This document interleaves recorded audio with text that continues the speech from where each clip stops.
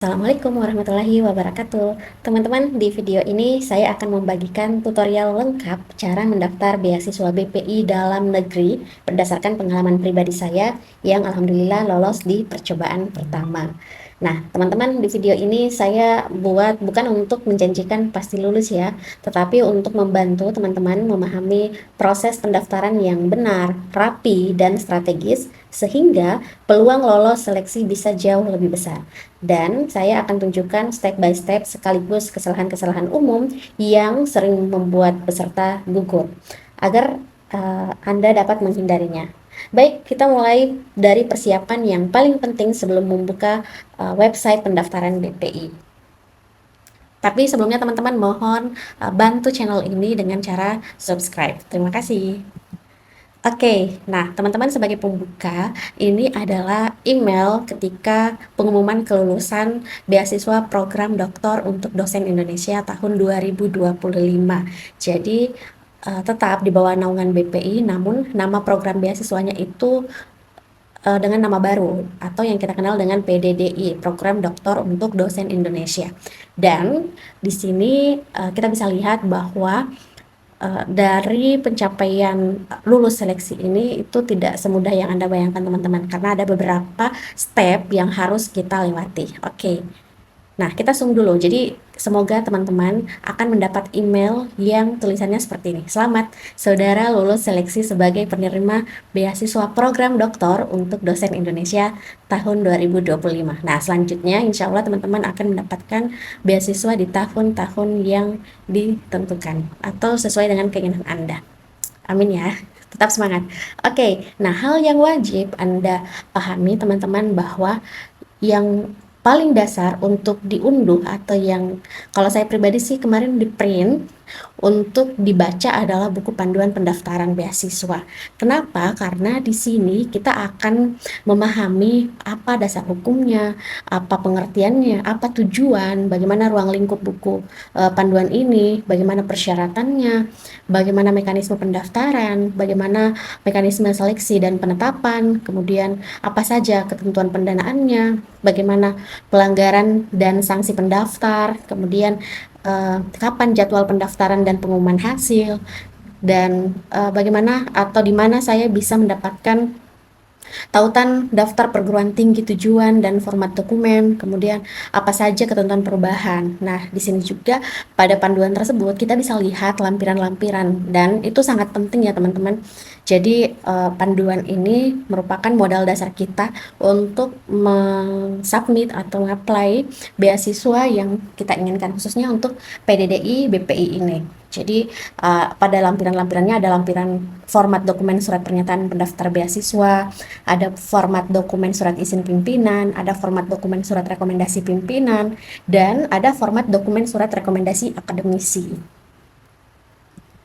Oke, teman-teman, pada jadwal seleksi yang saya ikuti itu tertuang jelas dalam buku panduan yang mana di sini waktu saya mendaftar itu adalah pada semester ganjil tahun akademik 2025-2026. Nah, jadwal kegiatannya itu lengkap pada panduan, jadi pendaftaran pada beasiswa tersebut itu tanggal 2 Juni, kemudian penutupan tanggal 14 Juni. Jadi range waktu inilah yang saya siapkan untuk submit apa saja atau mengapply apa saja syarat-syarat yang telah ditentukan. Kemudian seleksi administrasi dan pengumuman hasil, kemudian seleksi substansi atau wawancara dan pengumuman hasil, kemudian pendaftaran ulang. Nah, ini akan saya rangkai atau uraikan di video selanjutnya.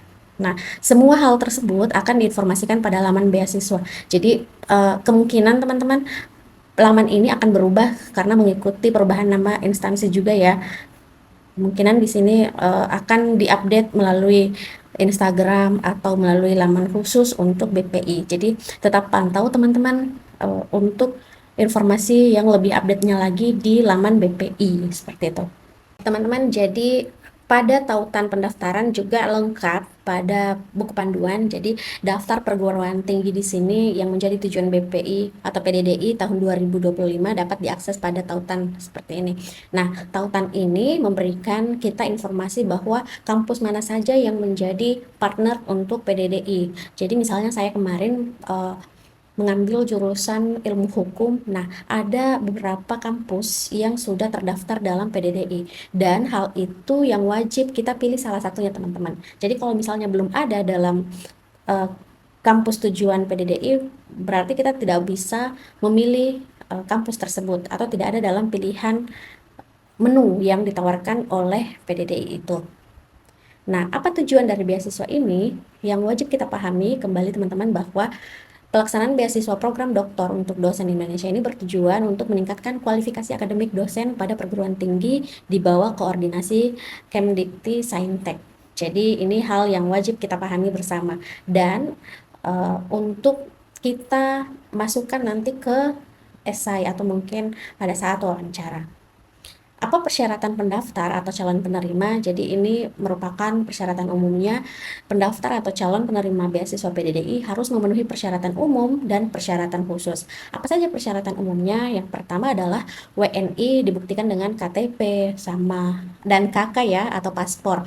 Kemudian memiliki NIDN atau nomor induk dosen khusus atau NIDK bagi dosen tetap di bawah koordinasi Kemdikti Saintek. Kemudian memiliki usia 51 tahun bagi yang waktu normatif program studi selama 3 tahun. Kemudian usia 48 tahun bagi yang batas waktu normatif program studi selama 4 tahun. Jadi telah diterima pada program perguruan tinggi di dalam negeri sesuai dengan skema beasiswa pada program studi yang telah ditetapkan oleh PPAT. Jadi teman-teman, seperti yang tadi telah saya sampaikan, bahwa hal yang wajib ini yang ada dalam skema beasiswa tersebut pada program studi yang telah ditetapkan ya.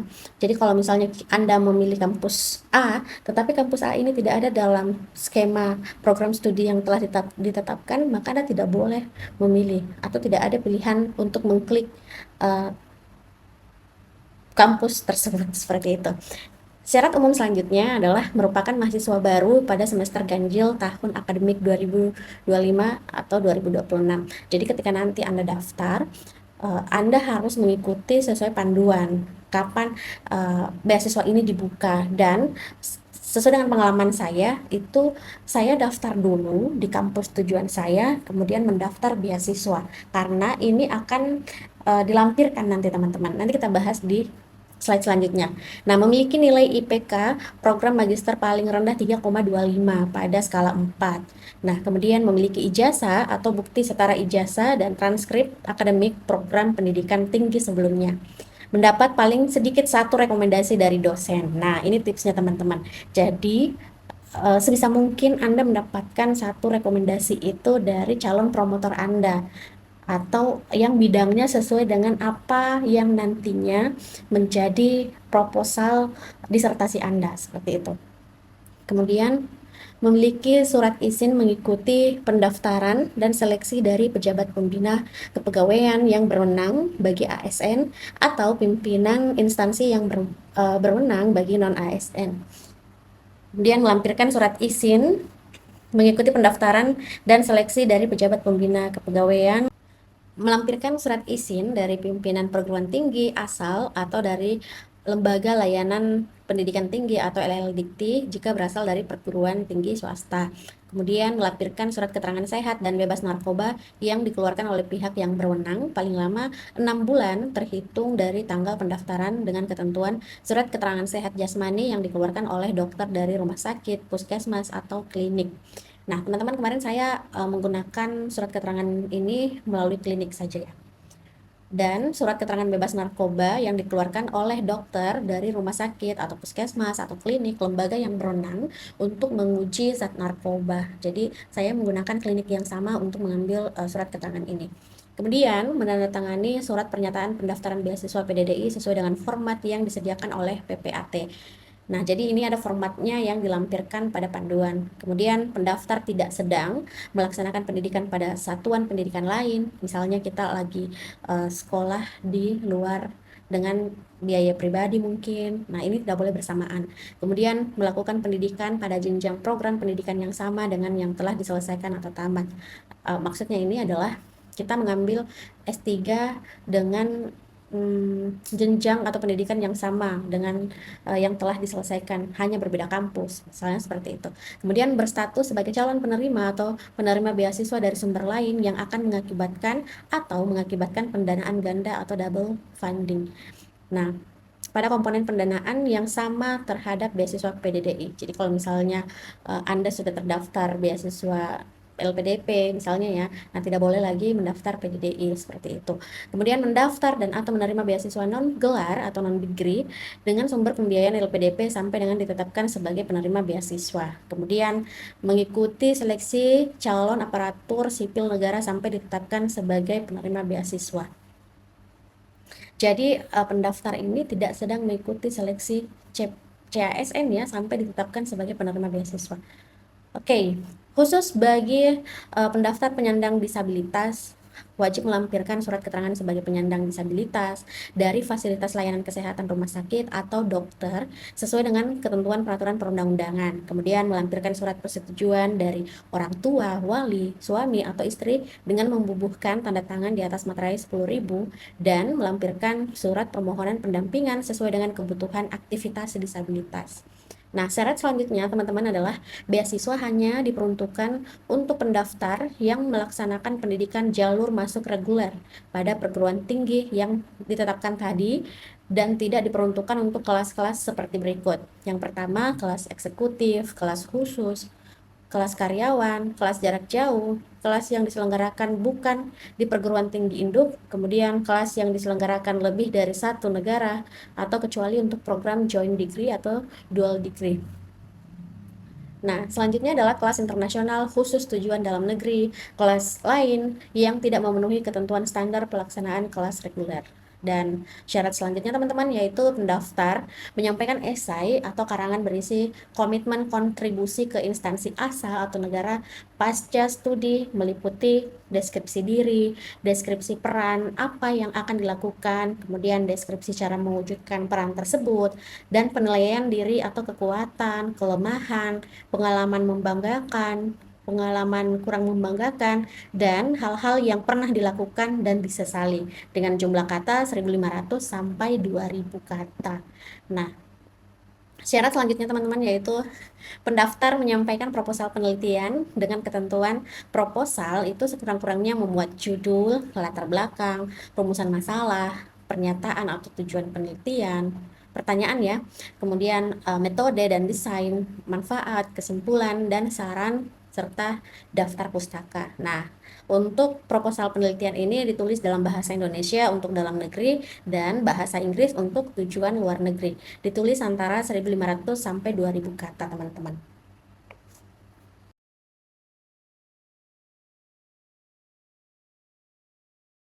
Oke, adapun persyaratan khususnya yaitu penerima beasiswa PDDI bagi pendaftar program Joint Degree atau Dual Degree menyertakan perjanjian kerjasama atau MOU program Joint Degree atau Dual Degree. Kemudian ketentuan pelaksanaan program Doktor Joint Degree atau Dual Degree berdurasi 4 tahun, maka mengikuti pilihan pola sebagai berikut. Pola 2+2 tahun pertama dan kedua ditempuh di perguruan tinggi dalam negeri, sedangkan tahun ketiga dan keempat ditempuh di perguruan tinggi luar negeri. Dan pola 3+1 tahun pertama sampai tahun ketiga ditempuh di perguruan tinggi dalam negeri, sedangkan sekolah keempat ditempuh di perguruan tinggi luar negeri. Apabila program Dr. Joint Degree atau Dual Degree berdurasi kurang dari 4 tahun, maka pola dapat disesuaikan berdasarkan kesepakatan antara perguruan tinggi penyelenggara. Nah, teman-teman, mekanisme pendaftaran beasiswa PDDI ini melakukan pendaftaran dengan cara mendaftar secara daring melalui beasiswa kemdikbud.go.id atau mengunggah semua dokumen persyaratan dan mengisi form yang disediakan sesuai dengan jenis beasiswa pada laman yang sama seperti itu.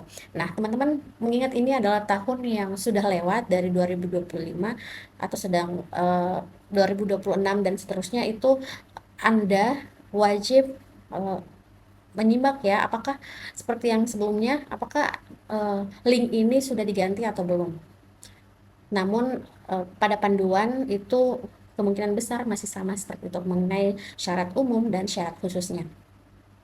Nah, teman-teman, bagaimana mekanisme seleksi dan penetapan? Jadi, seleksi terdiri atas seleksi administrasi, yaitu validasi terhadap kesesuaian dan kebenaran dokumen, dan seleksi substansi dengan wawancara yang menilai antara lain aspek kemampuan akademik, keterampilan, sikap, dan wawasan kebangsaan. Nah, teman-teman, hasil seleksi tim penyeleksi administrasi dan tim pewawancara disampaikan melalui panitia seleksi untuk dilakukan rapat pleno. Nah, kandidat penerima beasiswa berdasar hasil pleno ditetapkan sebagai penerima beasiswa PDDI oleh Kepala Pusat.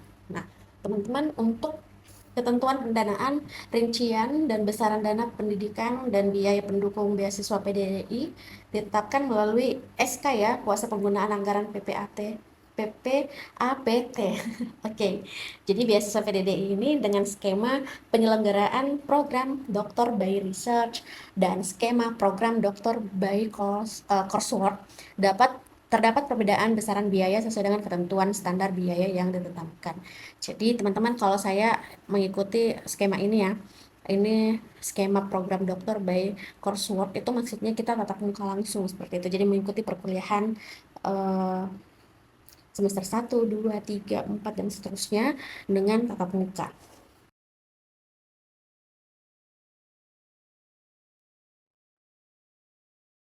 Nah, teman-teman, ketika tadi kita telah mendaftar atau telah mengisi link pendaftaran daring ini, beasiswa Kemdikbud, maka kita masuk kepada link seperti ini atau laman seperti ini. Jadi pada laman ini, disinilah kita bisa melihat update pendaftaran kita sebagai calon penerima beasiswa. Nah, adapun di sini bisa Anda lihat bahwa pada usulan beasiswa itu setiap pengusul hanya dapat memilih satu jenis beasiswa dalam satu periode. Artinya periode BPI batch 1 ini hanya boleh saya ikuti, tidak boleh mendaftar di batch-batch lainnya atau pada program lainnya seperti itu. Nah, di sini ya teman-teman, jadi pada tahun 2025 itu saya memilih beasiswa program doktor untuk dosen Indonesia periode BPI 2025 batch 1, kemudian program studi ilmu hukum perguruan tingginya itu Universitas Hasanuddin Indonesia. Nah, inilah teman-teman yang bisa Anda klik ketika muncul pada pilihan kampus tujuan yang telah disesuaikan atau yang telah ditetapkan oleh BPI itu sendiri seperti itu. Nah, statusnya di sini ini adalah status akhir lolos seleksi. Namun ketika Anda baru mendaftar itu masih seleksi administrasi, wawancara, dan yang terakhir adalah lolos seleksi. Kemudian ini waktu saya mengapply atau mensubmit beasiswa ya. Jadi tanggal 5 bulan 6 2025. Kita bisa lihat tadi pada pendaftarannya itu tanggal berapa ya? Nah, 2 Juni kan. Jadi saya upload berkasnya pada tanggal 5. Jadi sebisa mungkin teman-teman untuk melengkapi berkas sebelum pengumumannya. Jadi pada range waktu yang telah ditetapkan, kita tidak terlalu terburu-buru untuk mempersiapkan berkas-berkas yang diminta seperti itu. Nah, apa saja berkas beasiswanya?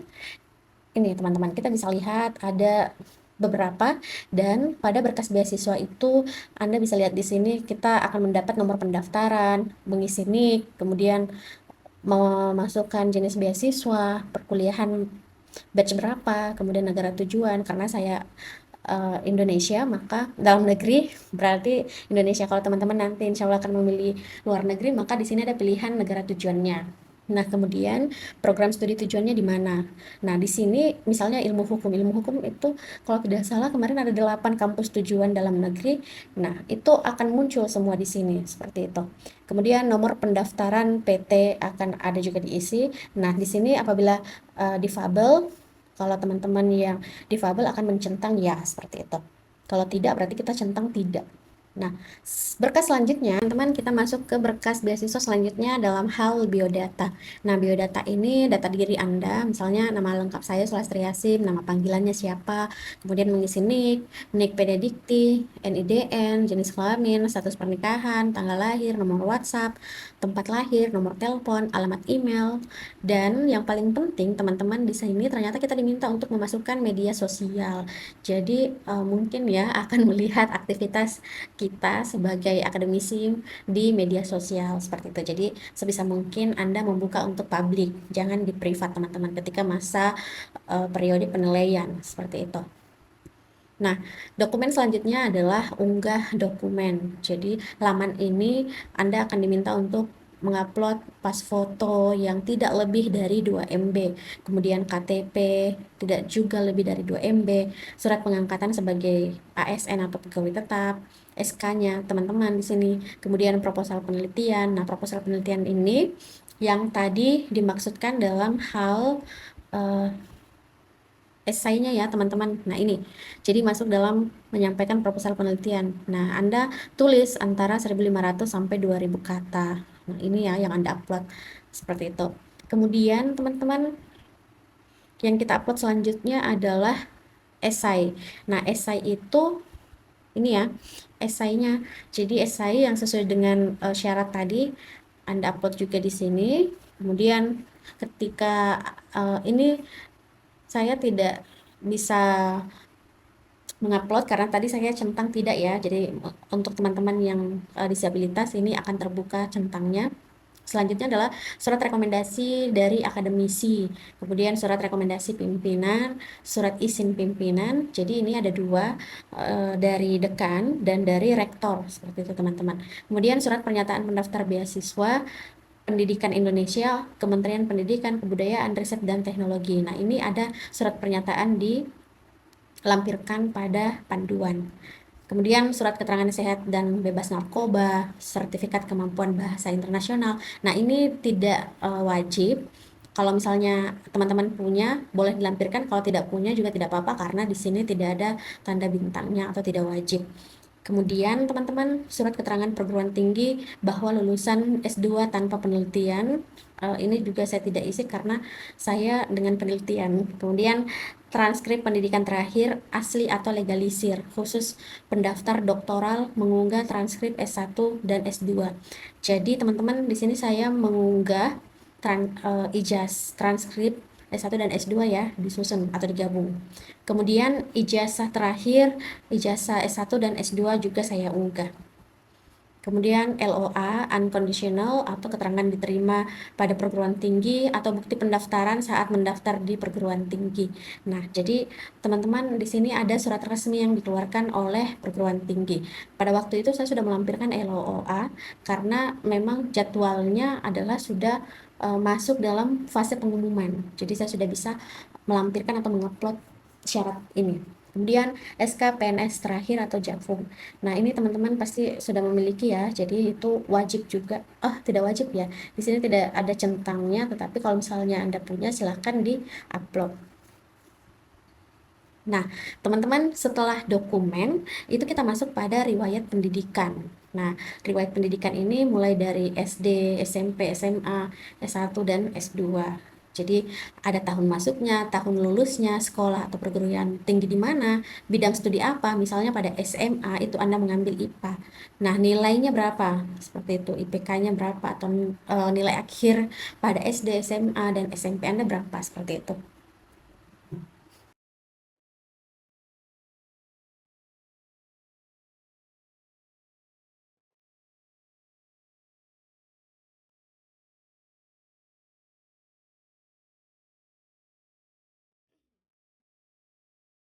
Kita masuk ke riwayat pekerjaan. Nah, pada menu ini saya mencentang apakah Anda memiliki pengalaman kerja, ya atau tidak. Kalau misalnya Anda memiliki pengalaman pekerjaan atau pengalaman kerja, maka diisi saja teman-teman. Karena seperti saya, contohnya saya pernah mengabdi di salah satu universitas sebelum menjadi CPNS, posisinya dosen, tahun masuknya tahun berapa, tahun keluar, kemudian gajinya atau pendapatannya berapa. Diisi saja karena di sini eh, tidak diminta untuk mengupload surat keterangan kerjanya, tetapi sebisa mungkin Anda sediakan jangan sampai pada saat wawancara itu dibutuhkan atau ingin dilihat seperti itu. Kemudian kompetensi bahasa. Nah, teman-teman apabila memiliki TOEFL boleh diupload, kalau misalnya tidak, Anda centang tidak seperti itu. Oke teman-teman, jadi pada laman pengalaman organisasi ini kita akan diminta apa saja pengalaman organisasi yang telah Anda lalui Nah, kesempatan nih teman-teman. Jadi Anda isi mulai dari SD apa, kemudian dari SMP, SMA, S1, S2, profesi. Nah, Anda bisa masukkan, tetapi ingat yang masih ada buktinya. Jadi misalnya PMI, nah ada sertifikatnya. Kemudian ALSA, Anda ada KTA-nya mungkin, kemudian LPMH juga ada. Nah, majelis pengawas ini Anda lampirkan, enggak dilampirkan sih, cuman Anda punya salinan SK-nya. Nah, sewaktu-waktu diminta pada saat wawancara Anda memiliki bukti seperti itu. Untuk adaksi Anda memiliki KTA misalnya. Nah, OSIS ini Anda tidak memiliki, jika Anda tidak memiliki bukti, tapi Anda kan masih mengingat misalnya apa saja peran Anda pada organisasi tersebut seperti itu, walaupun Anda posisinya sebagai anggota. Nah, prestasi, apakah Anda memiliki prestasi? Jadi kalau misalnya Anda memiliki, Anda centang ya. Nah, pada prestasi ini misalnya yang saya miliki itu, walaupun di tahun 2011 teman-teman, saya mendaftar di tahun 2025, tetapi masih mengingat prestasi yang ada di 2011, ternyata itu masih dianulir ya. Jadi pada tahun 2011 ini saya mengikuti lomba peradilan semu Mahkamah Konstitusi tingkat perguruan tinggi se-Indonesia. Nah, ini tingkat nasional, kemudian ranking prestasinya finalis. Nah, di sini diminta untuk mengunggah sertifikatnya. Jadi Anda wajib memiliki sertifikat yang harus diunggah seperti itu. Kemudian penghargaan. Nah, saya yakin teman-teman memiliki banyak penghargaan. Nah, apakah Anda memiliki penghargaan? Anda centang ya, agar kolomnya bisa terbuka dan Anda isi. Nah, apa saja contoh penghargaan? Itu kan teman-teman biasa dipanggil untuk menjadi narasumber, kemudian ketika menulis buku kita memperoleh penghargaan, sertifikat penghargaan. Nah, itu boleh. Atau menjadi reviewer di jurnal, itu juga boleh dimasukkan teman-teman. Kemudian apakah Anda memiliki pengalaman pelatihan atau workshop? Jadi misalnya Anda mengikuti pelatihan latsar, itu dimasukkan. Pekerti, pelatihan penulisan review artikel misalnya, pelatihan training of trainer, kemudian program persiapan keberangkatan angkatan 18. Oh, ini waktu PK LPDP. Nah, tahunnya itu pun boleh dari tahun yang cukup lama, tetapi masih ingat dan Anda memiliki sertifikatnya seperti itu. Kemudian, apakah Anda memiliki karya ilmiah? Nah, tentunya Anda memiliki, jadi Anda uraikan saja yang Anda ingat atau Anda memiliki buktinya, apapun itu teman-teman, masukkan saja pada kolom ini, karya ilmiah. Nah, boleh dari opini, bahkan opini pun itu bisa masuk loh teman-teman. Jadi misalnya saya menulis opini pada satu koran atau media, nah itu saya masukkan jurnal internasional, buku, jurnal nasional. Nah, masukkan semuanya. Kemudian, apakah Anda memiliki pengalaman konferensi ilmiah? Nah, Anda boleh masukkan itu dari tahun selama Anda menjadi pelajar. Jadi, misalnya saya pada waktu 2016 ini statusnya di S2. Jadi, saya masukkan sebagai panitia di 2023 baru menjadi peserta, teman-teman, seperti itu. Kemudian, apakah Anda memiliki pengalaman riset? Nah, Anda masukkan di sini misalnya menerima hibah dikti 2023, mendapat beasiswa untuk penyelesaian studi S1 kah atau S2 teman-teman. Nah, itu boleh Anda masukkan. Kemudian, apakah Anda memiliki penelitian di luar selain dikti? Nah, itu boleh Anda masukkan di sini. Nah, pada menu terakhir itu ada konfirmasi berkas. Jadi, pada berkasnya di sini biodata sudah lengkap, dokumen, riwayat pendidikan, riwayat pekerjaan, kompetensi bahasa, pengalaman organisasi, prestasi, penghargaan, pelatihan atau workshop, kemudian karya ilmiah, konferensi ilmiah. Nah, ketika Anda sudah melengkapi, maka akan muncul cetak kartu tanda bukti pendaftaran beasiswa PDDI ini. Nah, hal ini Anda akan tunjukkan nanti pada saat wawancara. Nah, adapun lampiran dokumennya teman-teman, kita bisa lihat di sini tadi yang telah diunggah itu surat pernyataan. Nah, ini ada format bakunya ya. Jadi pentingnya Anda membaca panduan karena akan ada lampiran-lampiran untuk Anda isi dan unggah ke menu yang tadi atau pada website BPI. Kemudian pendaftar menyampaikan esai. Jadi esai yang tadi itu pun memiliki kriteria khusus yang telah ditentukan. Nah, sebagai saran teman-teman, ini kan jumlah katanya ditentukan ya 1.500 sampai 2.000. Jangan pernah lewat satu kata pun seperti itu. Jadi harus 2.000 kata. Kalau misalnya 2001, 2003, nah itu sudah tidak bisa tidak masuk dalam kriteria dari BPI itu sendiri. Sama halnya dengan proposal penelitian, Anda tidak boleh melebihi jumlah kata tersebut. Kemudian ini format proposal riset.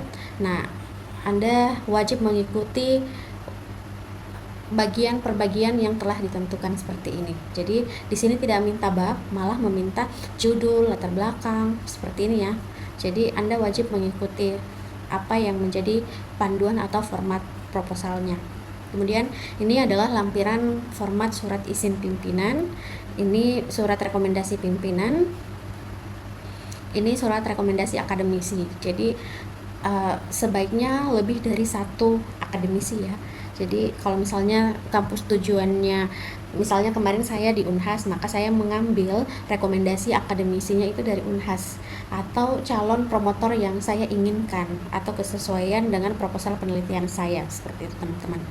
Nah, pada saat Anda telah mengupload atau mensubmit, mengapply beasiswa tersebut, maka akan ada pengumuman seleksi administrasi itu per tanggal 15 Juli. Tadi kan terakhir tanggal penutupannya itu Juni ya. Nah, cepat. Jadi prosesnya itu cepat teman-teman. Di sini kita bisa lihat itu 15 Juli sudah ada pengumuman lulus seleksi administrasi. Jadi apa yang harus, nah tentunya ini masuk di email yang terdaftar ya, atau email yang Anda masukkan tadi.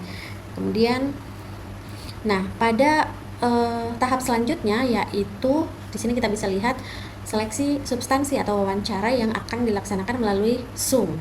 Jadi akan diinformasikan kembali melalui email. Nah, teman-teman itu wajib selalu mengecek emailnya, baik itu kotak masuk maupun di spam.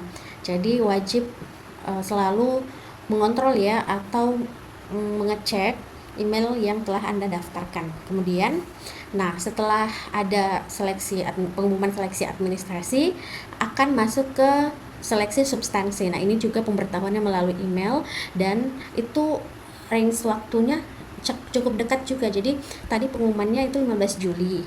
Kemudian kita diberi waktu 10 hari untuk mempersiapkan seleksi wawancara, teman-teman. Nah, apa yang harus Anda siapkan di sini adalah KTP, kemudian LOA Anda print, kemudian bukti korespondensi dengan calon promotor atau pembimbing. Jadi Anda boleh screenshot WA atau bukti pembimbingan dengan calon promotor Anda. Nah, Anda bisa lihat di sini tata tertib wawancara, bisa Anda masuk pada 60 menit sebelumnya. Jadi nanti Anda akan diberikan link Zoom dan kode. Kemudian sebisa mungkin berpakaian rapi, internetnya baik dan stabil. Kemudian Anda berada di ruang tertutup, mengaktifkan kamera, kemudian nanti kameranya ini akan diputar 360 derajat untuk memastikan peserta berada di ruangan sendiri selama proses wawancara. Nah, alat yang digunakan untuk Zoom hanya laptop atau PC yang memiliki webcam, mikrofon, dan disarankan menggunakan headset, teman-teman. Jadi peserta memakai pakaian yang sopan dan rapi.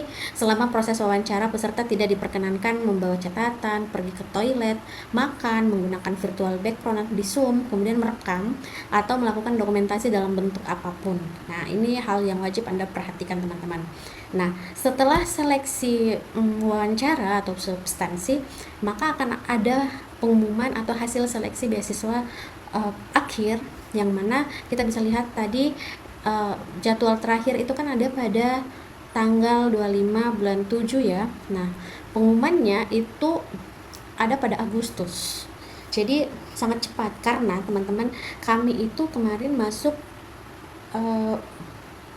kuliah tanggal 18 Agustus. Jadi ini sangat kejar-kejaran ya. Jadi kami dinyatakan lulus baru bisa masuk atau mengikuti perkuliahan. Dan alhamdulillah di sini atas segala usaha yang telah dicapai atau dilalui, maka saya alhamdulillah di sini lulus seleksi sebagai penerima beasiswa program doktor untuk dosen Indonesia tahun 2025. Nah, di sini kami juga mendapatkan konfirmasi kehadiran pembekalan studi penerima beasiswa PDDI. Jadi akan ditentukan tempat untuk pembekalan dan saling mengenal sesama awardee. Oke, jadi di sini akan berubah statusnya ya teman-teman ketika Anda sudah lolos seleksi. Oke teman-teman, terima kasih atas kebersamaannya. Semoga teman-teman yang sedang berjuang menjadi awardee BPI ini bisa dimudahkan dan bisa lolos sesuai dengan target atau rencana yang telah Anda susun. Dan teman-teman tolong subscribe dan komen esai jika teman-teman ingin dikirimkan contoh dokumen-dokumen yang saya unggah.